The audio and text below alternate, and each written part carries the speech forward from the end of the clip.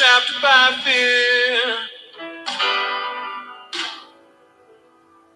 I'm in a box. I've got no place to go. If I follow my mind, I know I slaughter my own.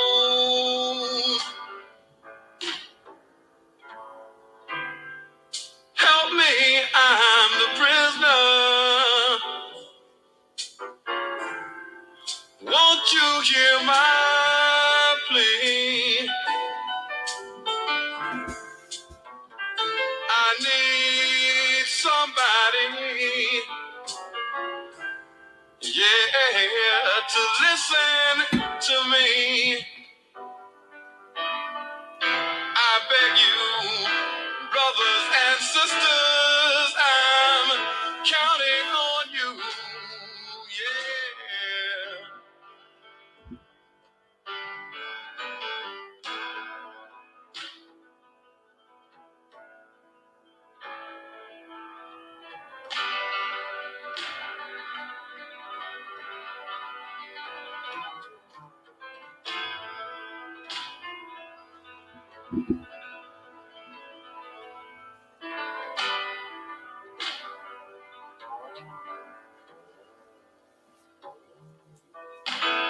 Black babies in the womb, shackled and bound, chained by the caveman, keeps beauty down.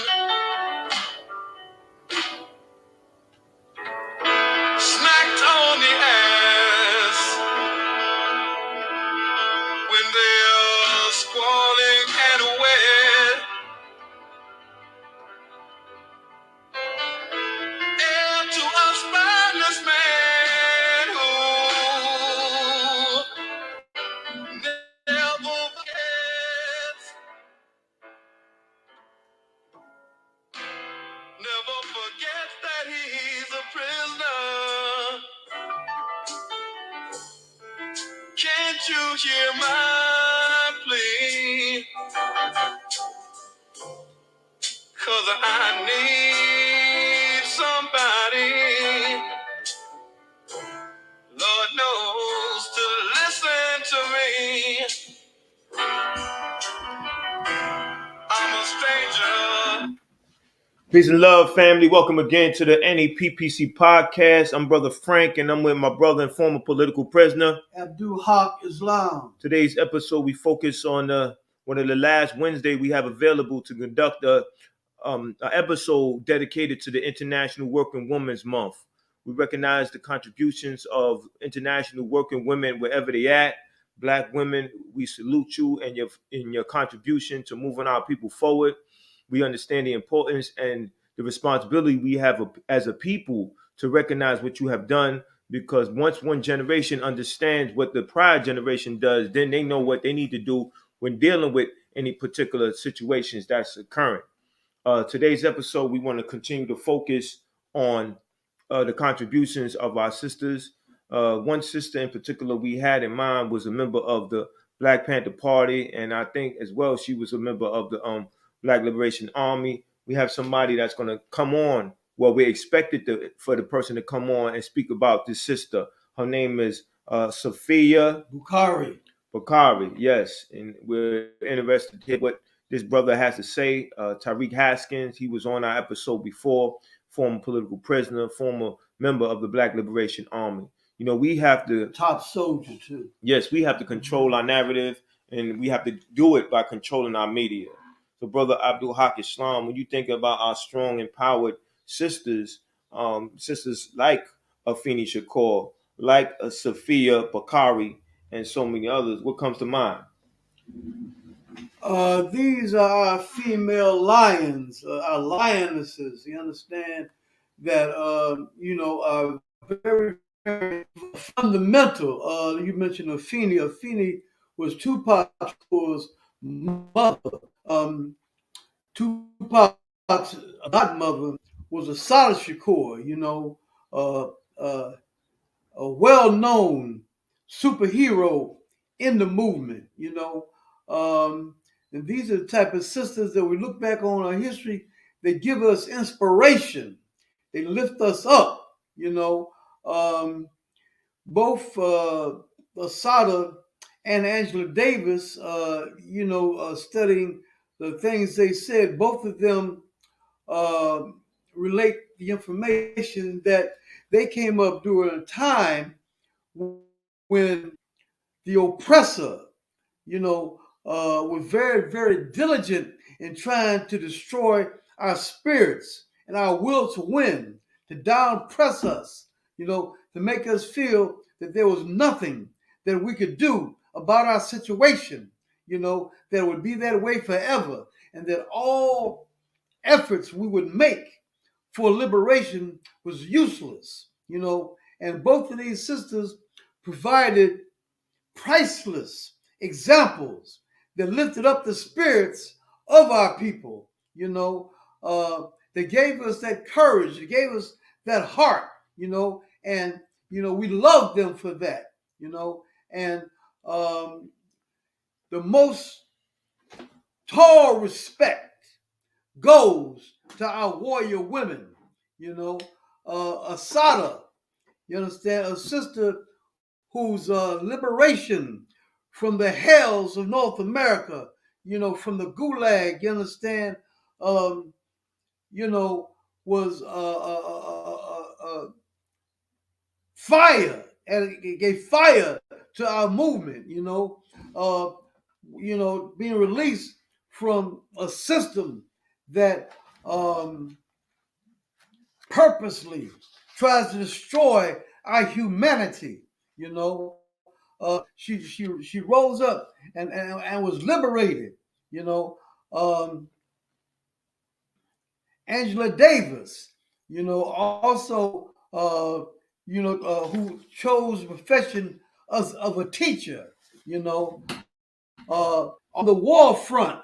You understand, which is education. Right now, this is a critical war front where the enemy, has wants to take control of the education, to take control of our minds, to raise us to be mindless, to be helpless, to be weak and submissive.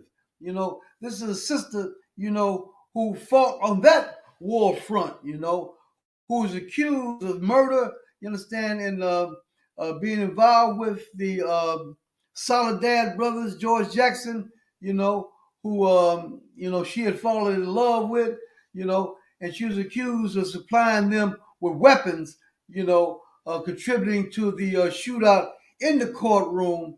You understand? So these sisters are heroes. This is during Women History Month. This is some valuable history for our people to know, and to respect our women. You understand, and to give them the props that they deserve, and for other sisters Absolutely. to take on the example to be revolutionaries. Absolutely. And from this book right here, We Want Freedom by Mumia Abu-Jamal, current political prisoner. It speaks about Afeni Shakur. Said Afeni Shakur walked tall and proud among these people. She admitted an inner strength and assuredness that made me say to myself, this is a black woman worthy of respect. So that's just to let you know the quality of woman Afeni Shakur was, and the fact that she was willing to take a position of leadership in the Black Panther Party. And I thought that was very important, because sometimes we're under the impression that the Black Panther Party was just about men. It was about us as a people standing strong, and everybody had a role to play. And a woman's role was very important, because, as we talked about before, the large portion of the Black Panther Party that the women made up. And when you think about the breakfast program, about medical programs, these are tendencies that women have, as far as being nurturers.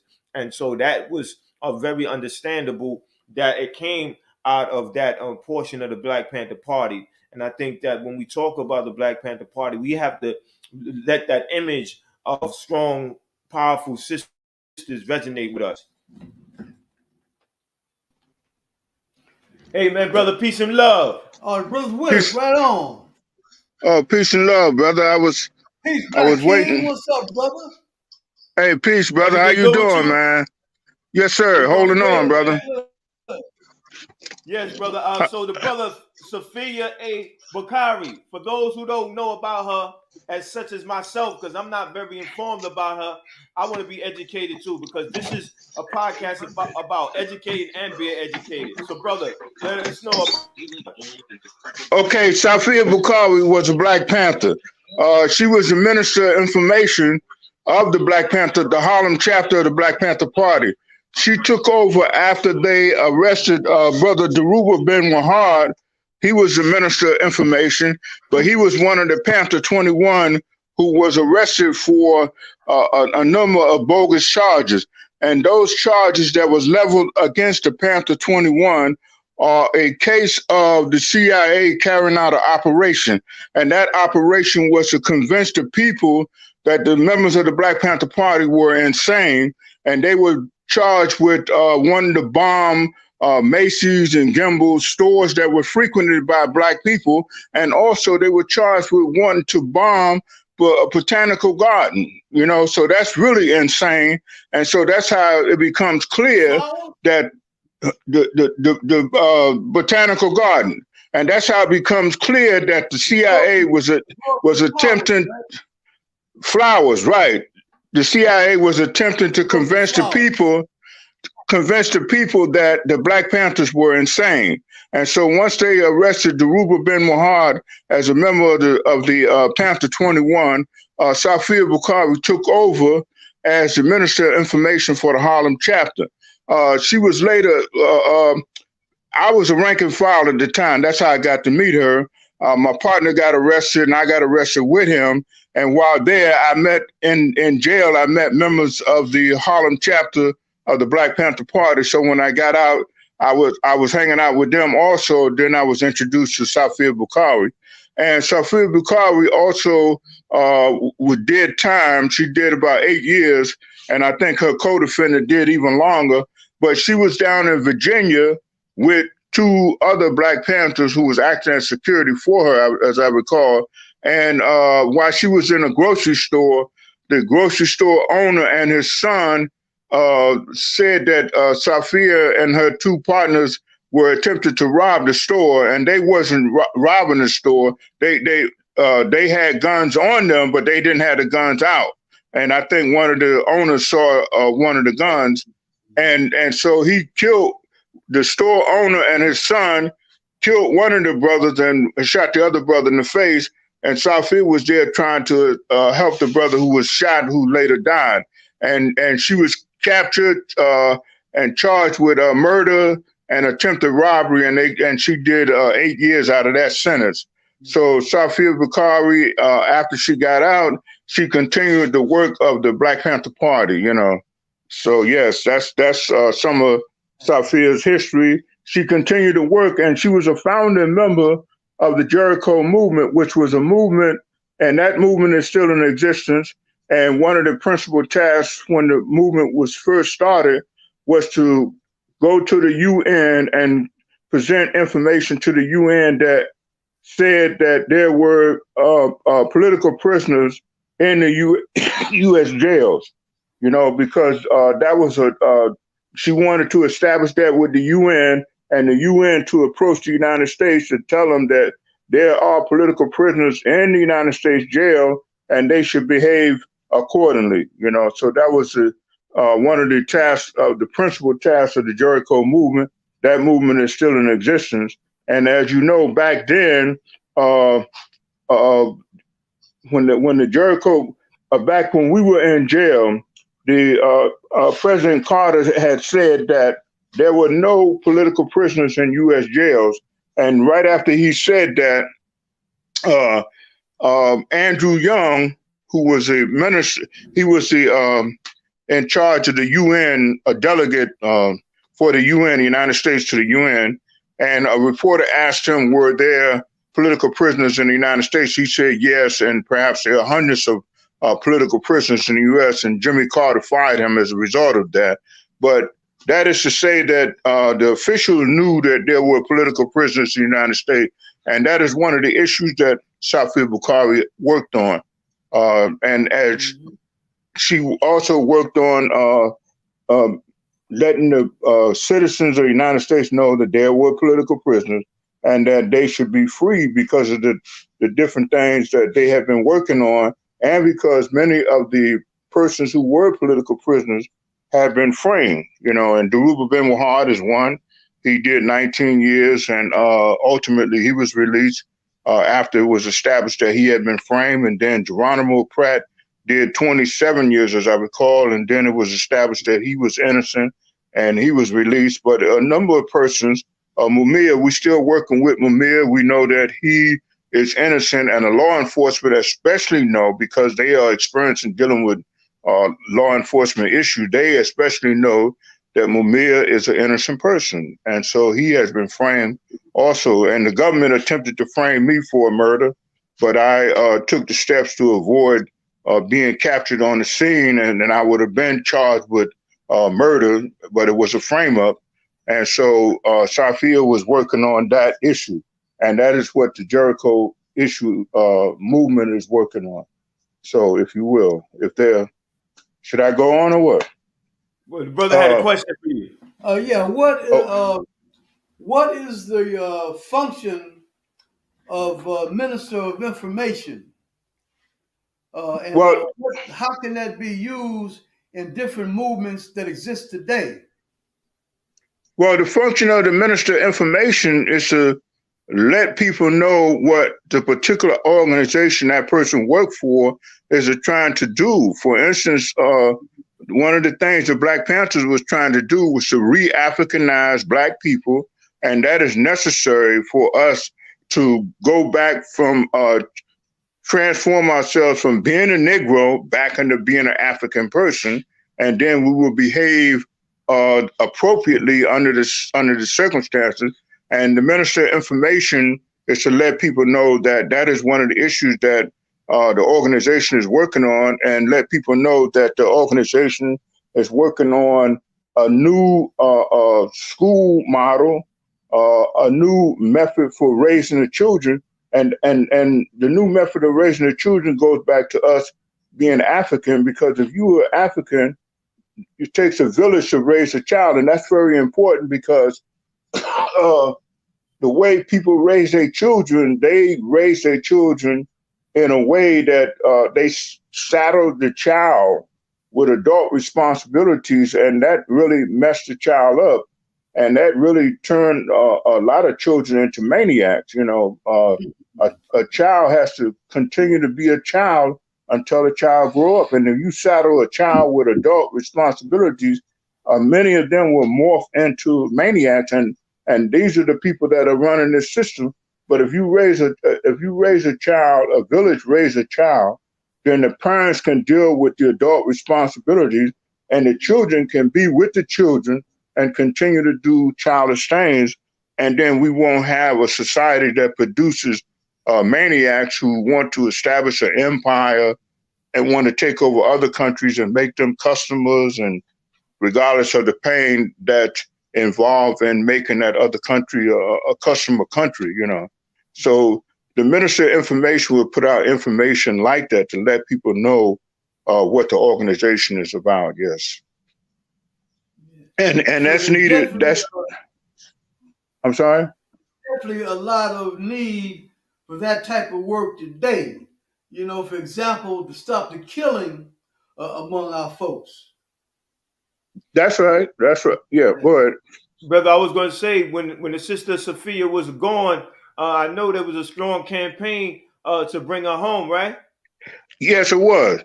Explain how that campaign works, so those who struggling to free political prisoners can learn from it. Well, the campaign works in terms of letting people know what the particular person was involved in. In Safia's case, she was a Minister of Information, and She was a Black Panther, and the Black Panthers were trying to re-Africanize our people and trying to let them know that a socialist economic arrangement is better, because in a socialist economic arrangement, you don't exploit the people, and you don't exploit the people, and you don't do what's done under the capitalist system. The capitalist system know that because we are exploited and because we don't earn enough money to sustain ourselves, they know that we are going to rebel. And so what they're going to do, and what they are doing, is training people from the birth to the death, training, brainwashing people to think of themselves as piles or something,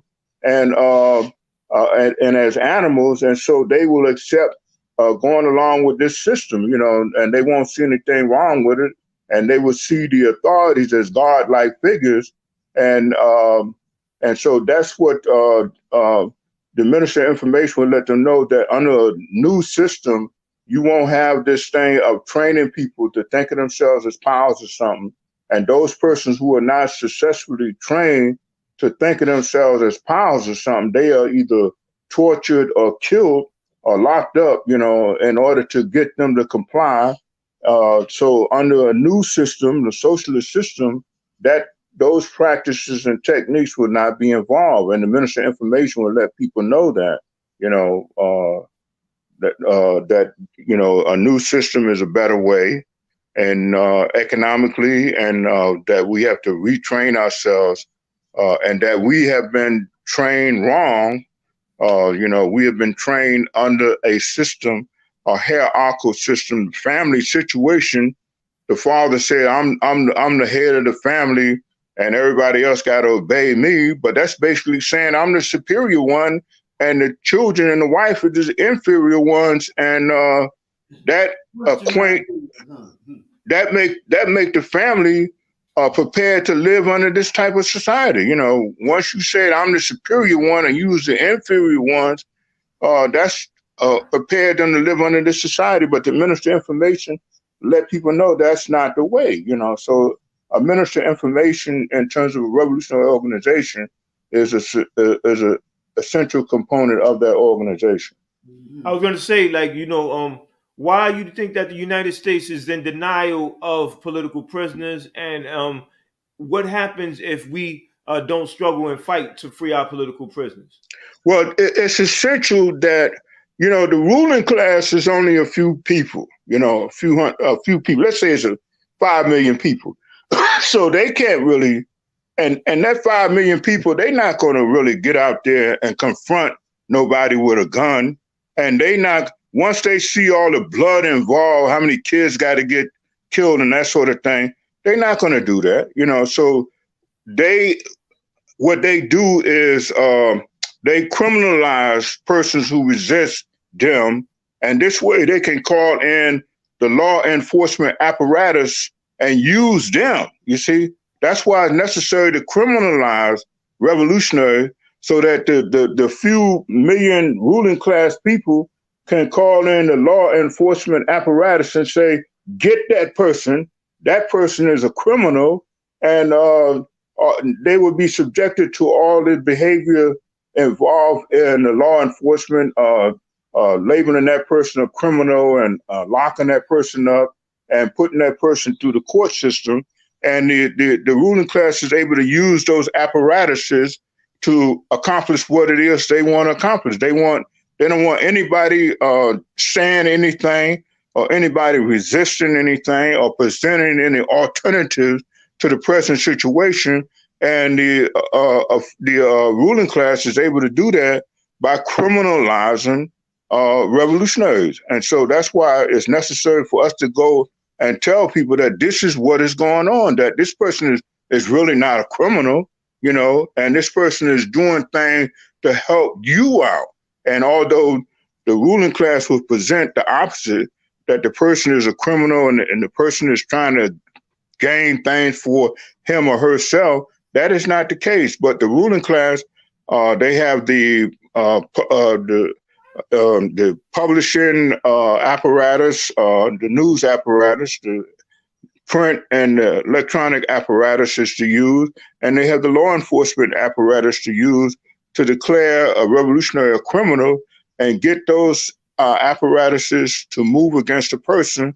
And this enabled the ruling class to keep ruling the way they do.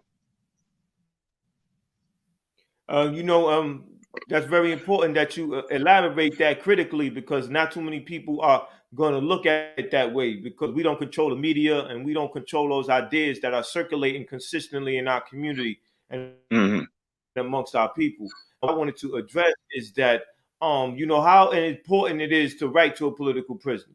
Because I know Sophia was down all them years. I know she got a lot of support, a lot of writings. And how did she describe, if she knew, what those writings meant to her?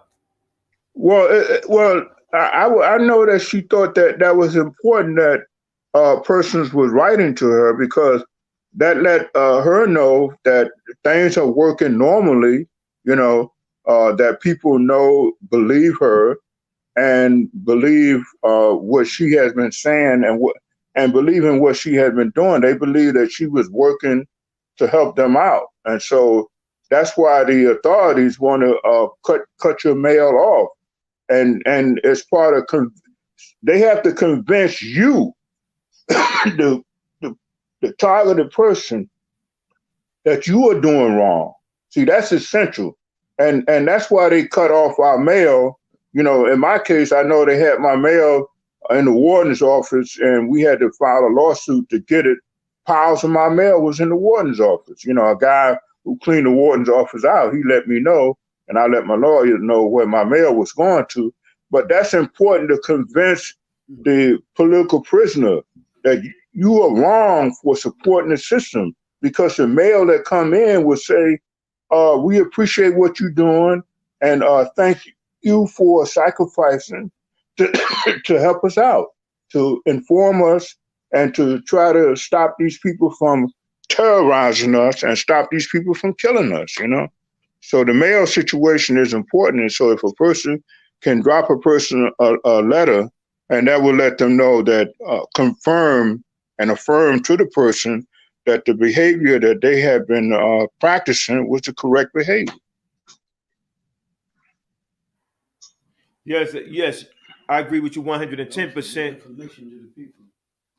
Go ahead, brother. About the Minister of Information getting information to the people, and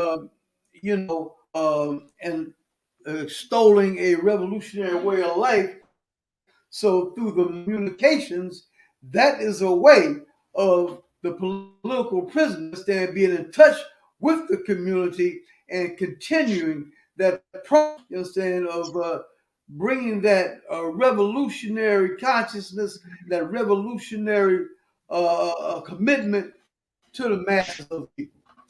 Yes, but I noticed that when I wrote to a political prisoner, Veronda Bowers, I wrote them 7 pages, and they sent it back. They said the minimum could be 5 pages. So they very petty, and they want reasons to deter you from writing them. But That's I right. was writing him back, I'm still waiting for him to write back. What I think that these letters do is they strengthen the relationship between you and political prisoners, or our heroes, because that's what I call them. They're heroes. They're freedom fighters. I got a short letter back that I wrote to Ronza. They sent it back, and it wasn't no whole lot of paper. It was one page, and the pig sent it back. See, and that's what we got to understand. Wrong.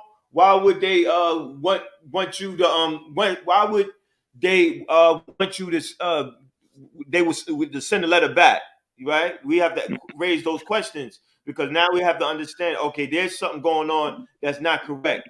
And we have to make sure that we fight for it. We're taxpayers. They use our tax dollars to build these prison industrial complex systems. So therefore, we got to challenge them to make sure that they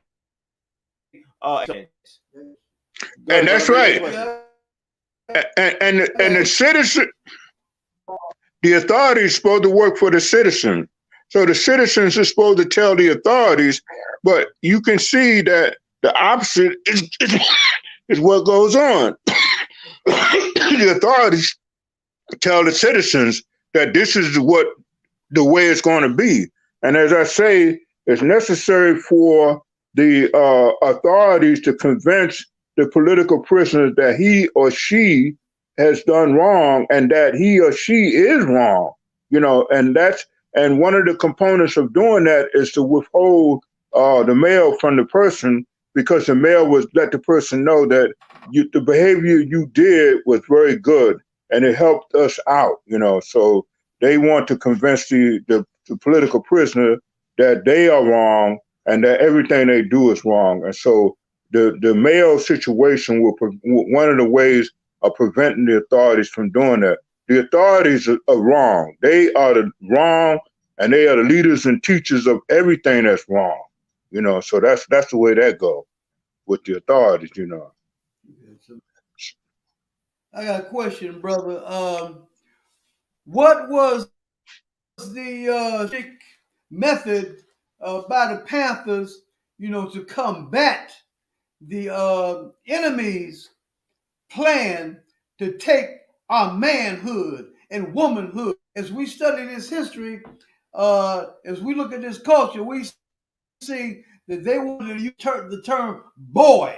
They want to reduce us to children, you understand? To take the manhood, you understand, of the brothers and sisters and the womanhood of the sisters. So what was the vibe, you understand, of these among the Panthers, these rulers of the jungle land, you understand, to enhance and make black people stand up, women. Right. That's why I said it was necessary for the Black Panthers to re-Africanize the Negro, because the Negro has all the qualities that the authorities are trying to put in us, and that they call us boy and girl to say that we are subordinate and inferior. That's what that means. And then they want to convince us that we are stupid and that we are cowards. And so when we re-Africanize a person, we go back to the time when we know clearly that we are intelligent, that we are courageous, and that we are very valuable people. So we go back to that time. That's part of re-Africanizing ourselves. But the Negro is a person who has been broke and who accept this boy thing and this girl thing, and we can't have that. We can't not live like that. That's causing a lot of us to drink and do drugs. Every time you think about it, causes a lot of tension. To think of yourself as stupid. And let me point this out: the authorities, the FBI and the CIA, are people who are in a very painful situation because they think of themselves as stupid. They trying to let us know with all these scenarios that they are intelligent and that we are the stupid one. But it's very painful for people to think of themselves as stupid. So they are in a lot of pain. They are killing us to convince us that they are not stupid. That's one of the main things, that reasons why they're killing us, is to convince us that they are not stupid. And so it's a very painful thing. So that our people it's necessary for our people to re-Africanize themselves and know that they are intelligent. We are intelligent. We got to know that. And all these scenarios is for the purpose of convincing us that we are stupid, huh? So we want to know we are intelligent. We come with that game where they try to make us think that they're superior, supremacy, white supremacy. That's right. Yeah, but like if you said enough.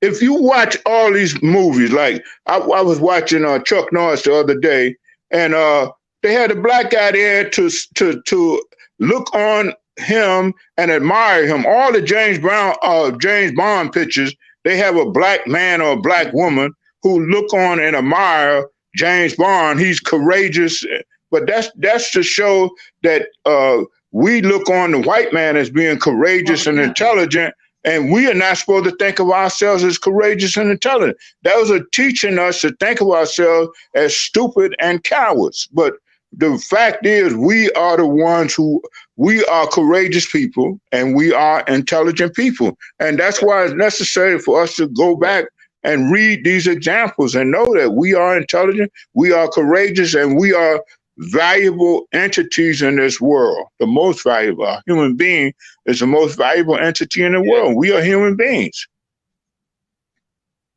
Absolutely, brother. So in the spirit of Sophia, but we're Yes. gonna shut it down. We gave the people enough ammunition.